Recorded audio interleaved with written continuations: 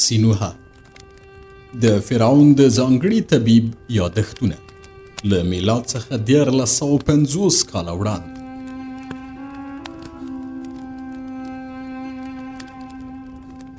دویم څپرکی: ښوونځي ته تګ. زما پلار دومره توان نه درلود چې ما په معبد کې جوړ شوي ښوونځي ته واستوي، ځکه چې هلته د اشرافونو او د معبد د ملایانو یا د لومړۍ لیکې د کاهنانو زامنو او لوڼو سبق وایه او د لیک لوست د زده کولو لګښت یې ډېر زیات و. زما ښوونکی د 3مې درجې ملا ګڼل کېده چې د خپل کور په برنډه کې یې ښوونځی جوړ کړی و. موږ په پسرلي او اوړي کې په برنډه کې درس وایه او په ژمي کې به کوټې ته تللو.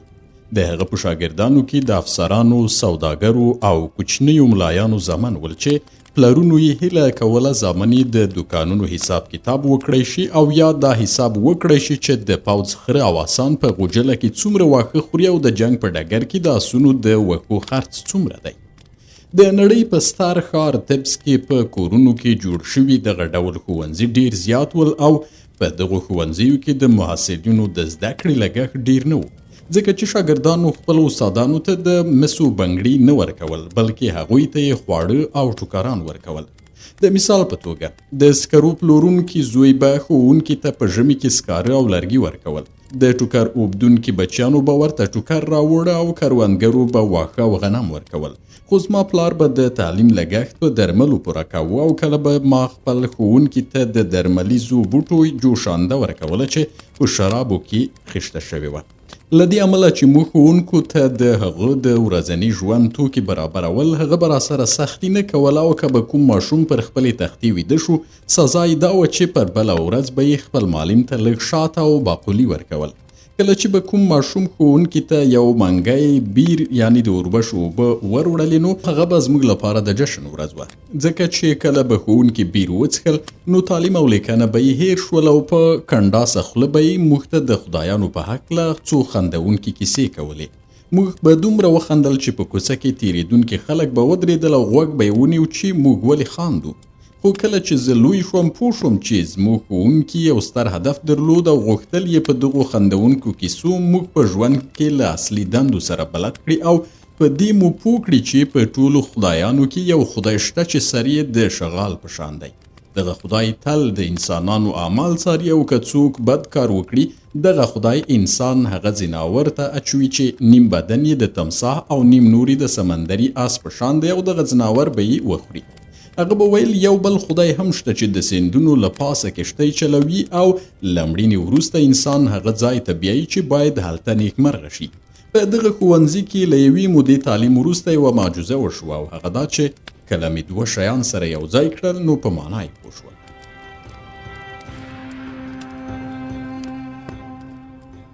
کله چې دغه تصویر پر تختې وایستل شي نو تر ټولو کمعقله کسان هم پرې پوهېږي چې څه معنا لري. خو کله چې 2 یا څو انځورونه سره یو ځای وکړل شي، یوازې لوستی کس پرې پوهېږي چې دغه تصویرونه څه معنا لري. کله چې تاسې پر تختې باندې د یوه سړي انځور وکاږئ او یو نالوستی کس ته یې ورکړئ، هغه پوهېږي چې دا یو سړی دی، او که د یو تمساح انځور رسم کړئ او هغه یو نالوستی کس ته ورکړئ، هغه پوهېږي چې دا تمساح دی. خو کله چې یو څوک په دې پوه شول چې یو سړی له یو تمساح او یوې ونې سره یو ځای څه معنا ورکوي او د دغو انځورونو له یو ځای کولو ستاسو موخه څه ده، نو دغه کس لوستی دی. په مصر کې هغه وخت انځوریز خط دود و، ژباړن. له هغې ورځې چې زه په دې پوه شوم چې 2 یو ځای شوي انځورونه څه معنا لري، نور مې دې ته اړتیا نه درلوده چې بوډا معلم مې د درس زده کولو ته وهڅوي. دومره شوق را سره پیدا شوی و چې کله به کور ته راغلم، له پلاره به مې غوښتل چې څو انځورونه سره ونښلوي او زه یې معنا پیدا کړم. د زده کړې پر وخت متوجه شوم چې له نورو سره یو څه توپیر لرم. مخ مې ګردی او لاسونه او پښې مې ښکلي او ظریف ول، ځکه خو هلکانو ځورولم او د کروندګر زوی به مې ستونی ونیوه او ویل به یې ته د نجونو په شان یې. زه به مجبور شوم چې په خپل قلم د هغه لاس ټینګ کړم چې خوشی مې کړي. خو د دې اپوټه یو هلک چې پلار یې افسر و له ما سره مینه کوله. دغه هلک به هره ورځ ټولګي ته یو موټی خاوره راوړله او هلته به یې د حیواناتو مجسمې جوړولې. یوه ورځ یې زما مجسمه جوړه کړه او ما ته یې راکړه، او کله چې ما مجسمه کور ته راوړه د مور مې خوا بده شوه. ویې ویل دا د کوډګرو کار دی. خو پلار مې پوه کړه چې که د مجسمې جوړول کوډې وي نو د فرعون په کور کې به یې دومره ډېرې مجسمې نه ایښودې. په ښوونځي کې زما د زده کړې یوه موده تېره شوه تر دې چې یوه ورځ زما پلار نوې جامې واغوستې او زه یې له لاسه ونیولم او د آمون معبد ته یې بوتلم. ویل یې نیت لرم چې تا په دارالحیات کې داخل کړم چې هلته د طبابت تعلیم وکړې. د دارالحیات ښوونځي کې د داخلېدا لپاره د معبد د ملایانو هوکړه پکار وه او پلار مې له دې امله چې ټول عمر یې د سوالګرو درملنه کړې وه له ملایانو سره راشه درشه نه درلوده او دې چارې په ژوند کې ډېر تاوان ورړولی و ځکه چې په مصر کې هر څه او ټول کارونه د ملایانو په لاس کې دي. دوی د دارالحیات د ښوونځي لپاره شاګردان انتخابول، مالیه دوی ټولول او د نیل سیند راختو او مستیدو پر وخت به هم د سیند راختو اندازه دوی معلوموله. دوی دومره قدرت لري چې کله که فرعون څوک محاکمه کړي او دغه محکوم سړی په ملایانو کې څوک پیژندوی ولري نو د فرعون حکم هم لغوه کوي. پلار مې په دغه معبد کې څوک نه پیژندل او مجبور شو په انګړ کې پر ځمکه کینی چې د نورو په شان نوبت واخلي او بیا یې له یو ملا سره خبرې وکړي. موږ چې سهار معبد ته تللي وو تر مازدیګره پورې هلته کېناستو خو نوبت رانغی. په دې وخت کې یو کس معبد ته ننوت چې پلار مې ولید نو ویې پیژانده او ویې ویل دا پاتور دی. ما چې په دارالحیات کې درس وایي دی زما ټولګیوال و خو اوس د فرعون د کوپړۍ سوری کوونکی دی. زه په هغه وخت کې نه پوهېدم چې د کوپړۍ سوری کوونکی څه کوي او څه وړتیاوې لري چې نور ترې بې برخې دي. وروسته چې طبیب شوم پوه شوم چې د جمجمې سوری کوونکی هغه څوک وي چې د فرعون او نورو کسانو د سر کوپړۍ سوری کوي او هغه غدې او تومورونه ترې راباسي چې په سر کې پیدا کیږي. له دې پرته کوپړۍ کوونکی هغه کس دی چې کوپړۍ سوری کوي، له سر څخه خطرناک او زهرجن بخارونه راباسي چې په سر کې ټولیږي او انسان ته ستونزې پیدا کوي. پلار چې مې پاتور ولید له ځایه پاڅېد او سلام یې ورته وکړ. پاتور هغه وپېژاند، لاس یې په اوږه ور کېښود او ویې ویل دلته څه کوې؟ پلار مې جواب ورکړ د دې لپاره راغلی یم چې له ملایانو اجازه واخلم او خپل زوی په دارالحیات ښوونځي کې داخل کړم. پاتور وویل ستاسې هڅه ګټه نه لري او ستاسې غوښتنه به ونه منل شي، خو زه به ستاسې کور ته درشم او په دې اړه به له تاسې سره مشوره وکړم. پر بله ورځ مې پلار سهار وختي بازار ته لاړ او د خپل میلمه پاتور لپاره یو غاز، لږ شات او څو دانې کبان راوړل او هغه یې زموږ مور ته ورکړل چې غاز پوخ کړي، کبان سره کړي او په شاتو سره په تیرې پخې کړي. کله چې د خوړو په زړه پورې بوی په کور کې خپور شو، سوالګر او ړانده د کور مخې ته راټول شول. مور مې چې هر څومره ورته وویل چې ولاړ شئ دوی نه تلل او بالاخره مې مور اړه شوه چې یوه اندازه وچه ډوډۍ د غاز په غوړو کې دننه کړي او پر هغوی یې وویشي چې لاړ شي. پلار مې په یو منګي کې خوشبویه اوبه واچولې، ما ته یې راکړې او ویل کله چې پاتور راشي د هغه پر لاسونو یې ور واچوه. مور مې د کتان یو ټوکر زما په څنګ کې کېښود او ویل کله چې دې د هغه پر لاسونو اوبه ور واچولې نو پر دغه کتان د هغه لاسونه ور وچ کړه. دغه کتان هغې د خپلې جنازې د پردې لپاره برابر کړی و. موږ فکر کوو چې پاتور به له معمول سره سم مازدیګر زموږ کور ته راشي، خو مازدیګر تیر شو، شپه راخوره شوه، پاتور رانغی. زه وږی وم، د پاتور په نه راتګ خفه شوم ځکه پوهېدم چې که پاتور رانشي ما ته هم خواړه نه راکوي. پلار مې دومره خفه و چې له تیارې وروسته یې څراغونه روښانه نه کړل او زه او پلار په برنډه کې په یوه کټ ناستو او جرأت نه شو کولی چې یو بل ته وګورو. زه پر هغې ورځ پوه شوم چې غفلت یا د وړو کسانو پر وړاندې د لویو کسانو بېپروایي د بېوزلو او هغو کسانو لپاره چې کمزوري دي څومره کړوونکې خبره وي. بالاخره په کوڅه کې مشالونه ښکاره شول او د مشالونو تر شا یو روان تخت تر سترګو شو چې دوه تورپوستي یې لیږدول، خو د مشالونو لیږدونکي مصریان وو. کله چې پاتور پر ځمکه ګام کېښود د پلار مې لاس په نامه ورته ودرېد. پاتور یا له ډېرې مینې او یا هم د دې لپاره چې لاس چیرته تکیه کړي زما د پلار پر اوږه لاس کېښود. پلار او پاتور د برنډې پر لور رهي شول او مور مې په بیړه د پخلنځي له نغري یو لګېدلی لرګی راوړ او زموږ دوه ډیوې یې بلې کړې. پلار مې پاتور په چوکۍ کېناوه، ما یې پر لاسونو اوبه ور واچولې او په کتاني ټوکر مې ور وچ کړل. هېچا خبرې نه کولې. پاتور ما ته وکتل او زما پلار ته یې وویل زوی دې ښکلی دی. بیا یې وویل تږی یم او شراب یې وغوښتل. پلار مې شراب ورکړل. پاتور لومړی شراب بوی کړل چې ډاډه شو ښه شراب دي نو ویې څښل. هغه چې د شرابو په ازمویلو او څښلو بوخت و ما ورته ځیر ځیر وکتل. بوډا سړی و، لنډ ویښتان یې درلودل، لنډې پښې، ننوتلی ټټر او غټه خېټه وه. په غاړه کې د سرو زرو امیل اچولی و او په کالو کې یې ډېرې ټاپې لیدل کېدې.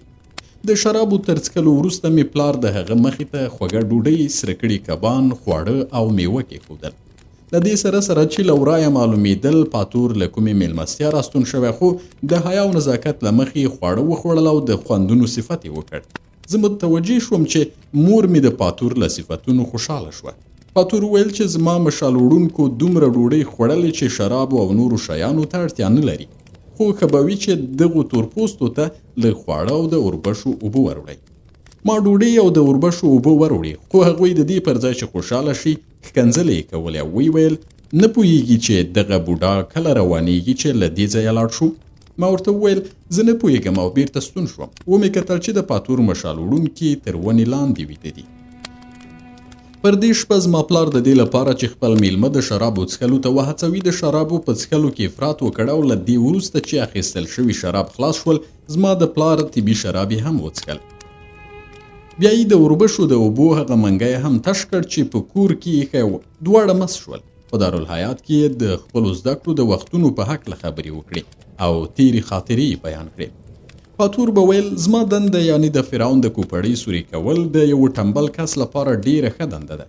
په دې چې په طب کې له غاښونو، غوږونو او ستوني پرته هیڅ یوه څانګه د کوپړیو له سوري کولو اسانه نه ده، ځکه چې د غاښونو، ستوني او غوږونو څانګې هر یوه بیل متخصص غواړي. پاتور به ویل چې که زه ټمبل نه وای او کومه بیله څانګه مې خوښه کړې وای، اوس به معمولی طبیب وای، ستا په شان به وای. د خلکو د معالجې وس به مې درلود او هغوی ته به مې ژوند وربښلی وای. خو زه اوس له خلکو ژوند اخلم. کله چې خلک له بوډاګانو، سپین سرو او لاعلاجه ناروغانو په تنګ شي، ما ته یې راولي چې زه یې کوپړۍ سوری کړم. زه هم کوپړۍ سوری کوم چې تاواني بخارونه یې له سرونو وباسم او بیا بوډاګان او ناروغان ومري. بیا پاتور پلار ته مخ ور واړاوه او ویې ویل که زه ستا په شان د بېوزلو ډاکټر وای، خېټه به مې دومره نه وای ستره شوې. دغه خېټه چې د ګرځېدا مخه یې نیولې ده، له دې امله دومره غټه شوه چې د فرعون ډاکټر یم او تل خوندور او قوي خواړه راکوي. خو ته چې بېوزله یې هومره ډوډۍ خورې چې ستا بدن ورته اړتیا لري، ځکه خو خېټه نه کوي او زما 2 برابره عمر به وکړې، ځکه چې د عمر د کمولو لپاره تر ټولو ښه لاره دا ده چې پاخه کړي خواړه وخوړل شي. پاتور زما د پلار خوله خلاصه کړه او د هغه غاښونه یې وکتل. بیا یې خپله خوله خلاصه کړه. ویې ویل وګوره، زه په خوله کې ایله 14 غاښونه لرم، په داسې حال کې چې ته 29 غاښونه لري. زما غاښونه هغو خوړو خراب کړي چې پخېږي، خو ته بېوسه یې او هغه خواړه خورې چې ساده او طبیعي دي، نو خپل غاښونه دې ساتلي دي. بیا یې سر په ډېر حسرت وښوراوه او ویې ویل زه ډېر ټمبل او بې استعداده یم او ډېرو سرو او مسو په یو حیوان بدل کړی. پلار ما ته وویل سینوها، په دغو خبرو باور مه کوه، ځکه پاتور نن سبا د نړۍ تر ټولو تکړه مجسمه سوری کوونکی دی او سلګونه کاهنان او اشراف د ده په لاس له مرګه ژغورل شوي دي. دغه سړی په خپل کار کې دومره تکړه دی چې د هګۍ هومره یوه غوده له مازغو وباسي او هغو ملایانو او خانانو چې د له مرګه ژغورلي ده ته سره زر د طلا غاړکۍ او میس ورکړي دي. خو پاتر هماغه راز په حسرت سر ښوراوه. ویې ویل د هر هغه کس په بدل کې چې د کوپړۍ له سوري کولو وروسته ژوندي پاتې دي 10 بلکې 100 تنه مې وژلي دي. آیا تر اوسه پورې تا اورېدلي چې یو فرعون د سر له سوري کولو وروسته 3 ورځې ژوندی پاتې وي؟ هغه کسان چې وایي زما د جراحۍ چاړه له چخماق کاڼو څخه جوړه ده او نیکمرغي راولي، رښتیا وایي، ځکه چې له دغه کاڼي جوړه دغه چاړه یو کاهن، اشراف او یو شهزاده په 2 ورځو کې وژني او هغه سره سپین پسونه او غواګانې او دغه راز د غلو دانو زیرمې وارثانو ته پاتې کیږي او هغوی ورسره نیکمرغه کوي. کله چې فرعون له خپل یوې ښځې تنګ شي، ما ته راځي چې د کاڼي پر دې چاړه هغه اسوده کړم او کله خو په خپله له فرعون سره هم همدا لوبه کیږي. پاتور په دې وخت کې متوجه شو چې له خولې کوم شی راوځي چې بیا به وروسته پرې سخت پښیمانه شي. نو غلی شو او یوه شیبه وروسته یې وویل زه په ډېرو شیانو پوهېږم او ډېر رازونه زما په ګوګل کې شته. هغه څوک چې په دې خبرو پوه دی له ما ویریږي، خو زه ډېر بدبخته یم، ځکه چې په ډېرو شیانو پوهېږم او کله چې انسان په ډېرو شیانو پوه وي ډېر د خوابدۍ احساس کوي. پاتور په ژړا شو. خپلې اوښکې یې زما د مور په کتاني ټوکر پاکې کړې او زما پلار ته یې وویل ته بېوزله خو شریف سړی یې، خو زه بډای او فاسد یم. زه د حیواناتو له هغو خوشایو هم بیکار او پست یم چې په لارو او کوڅو کې پراته وي. په همدې وخت کې یې له خپلې غاړې د سرو زرو امیل خلاص کړ او زما د پلار غاړې ته یې واچاوه. خو پلار مې هغه امیل ونه مانه ځکه چې پوهېدی د مستۍ په وخت ډالۍ حقیقي او له زړه نه وي او ممکنه ده هغه کس چې ډالۍ ورکوي پښیمانه شي او په بله ورځ یې بیرته وغواړي.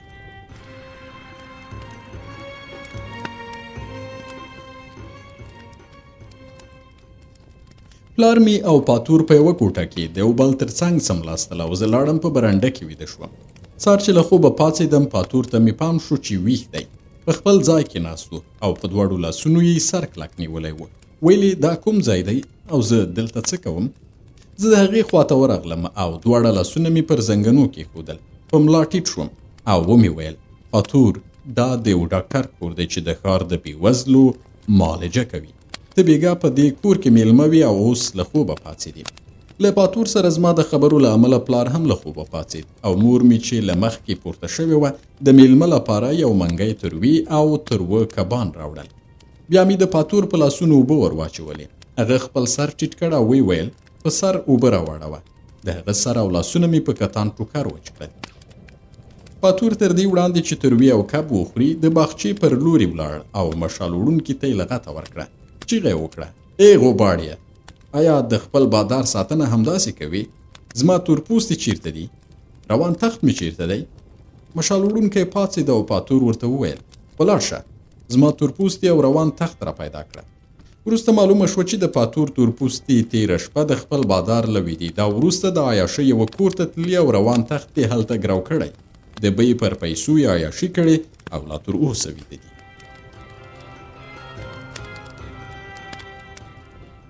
پاتور خپل مشال وړونکي ته چې دغه خبرې راوړی و د مس یوه حلقه ورکړه چې ولاړ شي روان تخت او تورپوستي له ګروه خلاص کړي. بیا یې لږ شړومبه یې وڅښه. له تروشکپ څخه یې ګوله وکړه. ویې ویل بېګا موږ د دغه هلک په هکله خبرې ونه کړای شوې په داسې حال کې چې زه د همدغه کار لپاره راغلی وم. وا هلکه نوم دې څه شی دی؟ ومې ویل زما نوم سینوهه دی. پاتور وویل آیا لیکل او لوستل کولی شي؟ ومې ویل هو. ویې ویل لاړ شه د مړو کتاب راوړه. زه لاړم او د پاپیروس یوه بسته مې چې د اموات کتاب پرې لیکل شوي و راوړه. هغه یوه برخه خوښه کړه او ما ورته ولوسته. بیا یې څو جملې وویلې چې ما ولیکلې. هغه ځینې انځورونه وکتل چې ما کړي ول او خوښ یې کړل. ورپسې یې وویل ته ښه لیکل او لوستل کولی شي، خو دا راته ووایه چې څه شی غواړي چې درڅخه جوړ شي. ومې ویل زه غواړم لکه خپل پلار طبیب شم او له همدې امله د دارالحیات ښوونځي ته ځم. پاتور وویل سینوهه هغه څه چې درته ووایم یې ښه واوره او په یاد لره، خو دا هیره کړه چې دا خبرې چا درته کړي دي او هیڅکله دا خبره ونه کړې چې د مصر له سلطنتي جمجمه سوري کوونکي څخه دې اورېدلي دي. هغه ځای چې ته د زده کړې لپاره ورځې د کاهنانو ټاټوبی دی او ستا ژوند او پرمختګ د هغوی په نظر او رایې پورې اړه لري. هلته باید خاکساره، فرمانبردار او غلی واوسې. هیڅکله په کوم شي نیوکه مه کوه او هیڅکله خپل باطني عقیدې مه څرګندوه. هر څه چې تا ته وایي ویې منه او په دې پوه شه چې په خپل ژوند کې په تیره بیا په دارالحیات کې د ګیدړې غوندې چالاکه او د مار په شان غلی واوسه، خو په ظاهر کې ځان د کوترې په شان مظلوم او د میږي غوندې بېخبره وښیه. دا هیره نه کړي چې انسان یوازې یو وخت ځان هغه شان ښودلی شي لکه چې دی، او دا هغه وخت دی چې پیاوړی او مضبوط شي، او تر هغه وخته چې کلک او پیاوړی شوی نه یې سر ټیټ او خاکساره پاتې شه. زه به همدا نن سپارښتنه وکړم چې تا د امون په ښوونځي کې ومني او له 3 کلنې دورې وروسته د دارالحیات ښوونځي ته لاره پیدا کوي. له دې وروسته پاتور له مور و پلاره رخصت واخیست، په روان تخت کېناست او ولاړ.